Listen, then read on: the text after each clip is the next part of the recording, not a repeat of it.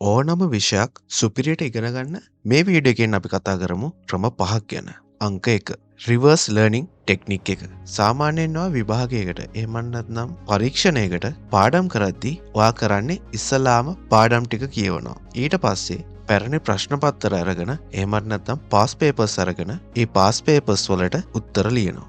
හැබැයි ඔයාටම තේරෙද ඇති ඔයා පාඩම් කරලා ඉවරලා මේ විදියට ප්‍රශ්න වලට උත්තර ලියන්න යද්දී හුඟක් වෙලාවට ඔයාට උත්තර ලියන්න අමාරුයි. මොකද ඔයා පාඩම් කරපු දේවල් මේ වෙද්දිත් භාගයට භාගයක්ම ඔයාට හරියට මතක නැහැ. ඒ වගේමයි ඔයා උත්තරේ ලියන්න ඕනේ කොහොමද කියන එකත් ඔයාට හරියටම තේරෙන්නේ නැහැ. මෙන්න මේකට කරන්න පුළුවන් හොඳම දෙයක් තමයි ඉස්සලාම ඔයා පාඩම් කරන්න කලින් පාස් පේපර්ස් පොතක් අරගෙන ඔයා පාඩම් කරන්න යන පාඩමට අදාළ කලින් පේපර්ස් වල තියෙන ප්‍රශ්න මොනවද කියලා බලන්න. ඒ වගේමයි ඒවට තියෙන උත්තර මොනවද කියලාත් බලන්න. මෙතෙන්දී ඔයාට තේරුම් යනවා ඔයා පාඩමේ මොන වගේ කොටස්ද වැඩිපුරම මතක තියාගන්න ඕනි කියන එක.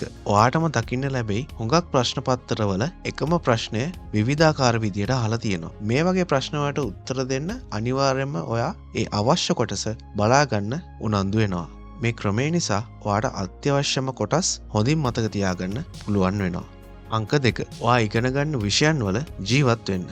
මේකෙන් අදහස් කරන්නේ මොකක්ද? සරලවම මෙන්න මේකයි. උදාහරණයක් විදිහට ඔයා හිතන්න ඔයා A level කොමර්ස් කරන කෙනෙක්. ඔයා මේ දවස් ප්‍රවෘත්ති බලද්දී හුඟක් අපේ රටේ ආර්ථිකය ගැන කතා කරනවා දැකලා ඇති. ඉතින් ඔයාට පුළුවන් ඔයා මේ වෙද්දිත් ඉස්කෝලේදී එහෙම නැත්නම් ටියුෂන් ක්ලාස් එකේදී ඉගෙන ගන්න පාඩම් හැම දෙයක්ම මේ වෙද්දි රටේ වෙන දේවල් එක්ක ගලපලා ඉස්සරහට වෙන්න යන්නේ මොකක්ද කියන එක හිතන්න අවබෝධ කරගන්න උත්සාහ කරන්න. මේකෙන් ඔයා කරන්නේ එදිනෙදා වෙන දේවල් එක්ක ඔයා ඉගෙන ගන්න විෂය එකතු කරලා ඒ විෂයන් හරහා ඔයා ඔයාගේ වටපිටාවේ වෙන දේවල් දිහා බලන එකයි. ඔයා ඉගෙන ගන්න දේ නිකම්ම ඔලුවට දාගන්නට වඩා මේ ක්‍රමයෙන් ඔයාට පුළුවන් ඔයා ඉගෙන ගන්න දේ ඇඟටම ගන්න, ජීවිතේටම ගන්න. මේ ක්‍රමේ නිසා ඔයාට ඔයාගේ පාඩම් වැඩ මතක හිටිනවා විතරක් නෙමෙයි ඔයාගේ අවට ලෝකයේ වෙන්නේ මොනවද කියන එකත් ඔයාට හරියට අවබෝධ කරගන්න පුළුවන්. ඉතින් මෙන්න මේ වගේ ඔයා මොන විෂයක් කරත් ඔයා අවට ලෝකයේ වෙන දේවල් දිහා බලලා ඔයා ඉගෙන ගන්න පාඩම් ඒවත් එක්ක සංසන්දනය කරලා මිශ්‍ර කරලා ඒවත් තේරුම් ගන්න බලන්න.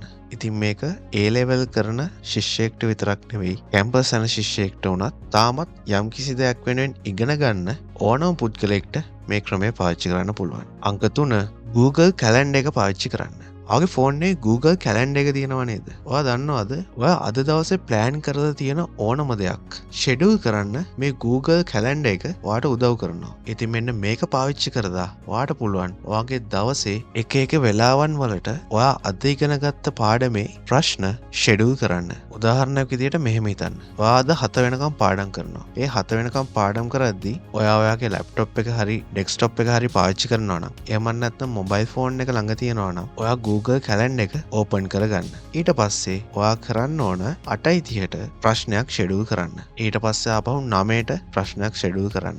ඔයාට හිතෙන වෙලාවල් වලදී ඔයා ප්‍රශ්න ෂෙඩියුල් කරන්න. මෙහෙම ෂෙඩියුල් කරපුවාම ඔයාට මේ ප්‍රශ්නය නොටිෆිකේෂන් එකක් විදිහට ඔයාගේ ෆෝන් එකට එනවා. එතකොට ඔයා පාඩම් කරලා ඉවර වුණාම ඔයා මොන වැඩේ කරත් ඔයා ඉගෙන ගත්ත පාඩමේ ප්‍රශ්න නොටිෆිකේෂන් එකක් විදිහට ඔයාගේ ෆෝන් එකට එනවා. අන්න එතෙන්දී ඔයාට බලන්න පුළුවන් ඔයා ඉගෙන ගත්ත දේවල් මේ වෙද්දිත් ඔයාට මතකද කියලා. ඒ වගේමයි ඔයා ඉගෙන ගත්ත දේවල් හොඳට අවබෝධ වෙලාද කියලා. මේ වැඩේට Google Calendar එකට අමතරව ඔයාට ඕන නම් ඔයාගේ ෆෝන් එකේ එලාම් එක පාවිච්චි කරන්නත් පුළුවන්. ඔයා මේ වෙද්දිත් දන්නවා ඇති ඔයාගේ ෆෝන් එකේ එලාම් එකක් තියද්දී ඒකේ නෝට් එකක් දාන්න පුළුවන්. ඒ නෝට් එක වෙනුවට ඔයාට පුළුවන් ඔයා අද ඉගෙන ගත්ත පාඩමේ ප්‍රශ්නයක් දාන්න. හැබැයි මේ විදිහට එලාම් එක පාවිච්චි කරද්දී වොලියුම් අඩු කරන්න. එහෙමත් නැත්නම් ভাইබ්‍රේෂන් විතරක් තියන්න. මොකද ඔයා මේ එලාම් එක පාවිච්චි කරන්නේ උදේට ඇහැරෙන්න නෙවෙයි ඔයාගේ පාඩම් වැඩ මතක් කරගන්න විතරයි. එතකොට ඔයා අවට ඉන්න අයට මේකෙන් කරදරයක් වෙන්න බෑ. ඉතින් ඒ වගේමයි කියන්න ඕන ඔයා Google Calendar එකේ හරියට වැඩක් ෂෙඩියුල් කරගන්නේ කොහොමද? එහෙමත් නැත්නම් නොටිෆිකේෂන් එකක් දාගන්නේ කොහොමද කියන එක ඔයා දන්නේ නැත්නම් මේ වීඩියෝ එක ඉවර වෙලා YouTube එකේ ඒක සර්ච් කරලා ඒක ඉගෙනගෙන මේ වැඩෙන් හොඳ ප්‍රයෝජනයක් ගනී කියලා මම විශ්වාස කරනවා. අංක 4 මවාගත්ත පුද්ගලයෙක් එක්ක විවාදයක් ඇති කරගන්න. ඔයා ඉගෙනගත්ත පාඩම් වැඩ එහෙමත් නැත්නම් ඔයා ඉගෙනගත්ත විෂය ඔයාගේ මතකයට නැවත නැවත මතක් කරගන්න හොඳම ක්‍රමයක් තමයි දැන් මේ කියන්න යන්නේ. ඔයාට මේ වෙද්දිත් හුඟක් අය කියලා දීලා ඇති දෙයක් ඉගෙන ගන්න තියෙන හොඳම විදිහ තමයි තවත් කෙනෙක්ට ඒ දේ කියලා දෙන එක කියලා. හැබැයි මෙතෙන්දී ඔයා කරන්නේ තවත් පුද්ගලයෙක් එක්ක විවාදයක් ඇති කරගන්න එක.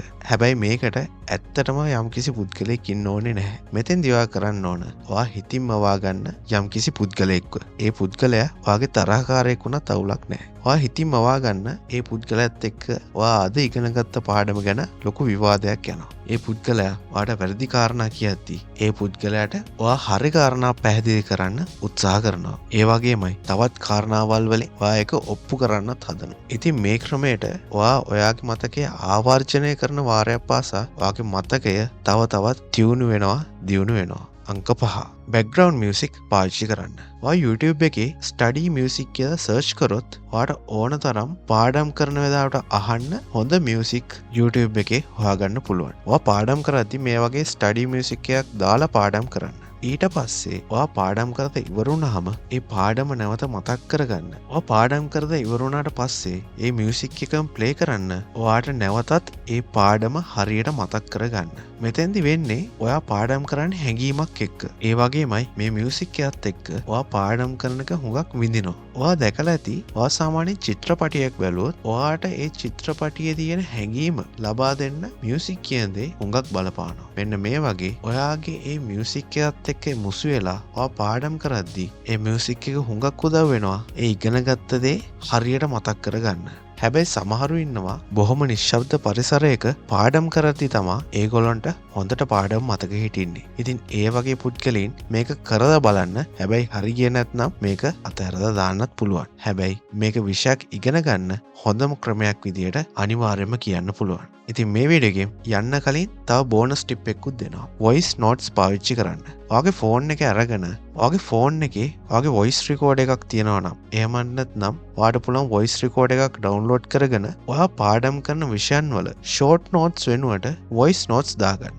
මෙතෙන්දී ඔයා පාඩම් කරන දේ ඔයාට මතක තියාගන්න ඕනේ කොටස ෂෝට් නෝට් එකක් ලියනවා වගේ ඔයාගේ රෙකෝඩ් එක ඔන් කරලා ඔයාගේ වොයිස් එකෙන් රෙකෝඩ් කරගන්න. ඉතින් අතින් ලියන ෂෝට් නෝට් එකකට වඩා මේ විදිහට වොයිස් නෝට් එකක් දාගන්න එකේ වාසිය මොකක්ද? සාමාන්‍යයෙන් අපි ෂෝට් නෝට් එකක් කියවන්න ඕන නම් ඔයාට අනිවාර්යයෙන්ම පාඩම් කරන මේසයට එන්න වෙනවා. ඒ වගේමයි ඒකට වෙනම කාලයක් දෙන්න වෙනවා. හැබැයි ඔයා වොයිස් නෝට් එකක් දාගත්තොත් ඔයාට තව වැඩක් කරන ගමන් ඔයාගේ වොයිස් නෝට්ස් අහන්න පුළුවන්. උදාහරණයක් විදිහට ඔයා උයද්දී ඔයාට මතක තියාගන්න ඕන කරුණුකාරණා ඉයර්ෆෝන්ස් දාගෙන ඔයාගේ ෆෝන් එකෙන් අහන්න පුළුවන්. මේකට වෙනම කාලයක් දෙන්න ඕනෙත් නැහැ. ඔයා එදිනෙදා කරන වැඩක් කරන ගමන්ම මේ වැඩේ ඔයාට කරන්නත් පුළුවන්. මේකෙන් ඔයාගේ කාලය ගොඩක් ඉතුරු වෙනවා. ඉතින් මේ වීඩියෝ එකෙන් දැක් ඉගෙන ගත්තා නම් අනිවාර්යෙන්ම ලයික් කරන්න, ෂෙයා කරන්න, ඒ වගේමයි තාමත් අපේ channel එක subscribe කරලා නැත්නම් subscribe කරන්නත් අමතක කරන්න එපා. මේ වගේ වීඩියෝ එකක් ආපු ගමන්ම ඔයගොල්ලන්ට notification එක ගෙන්න ගන්න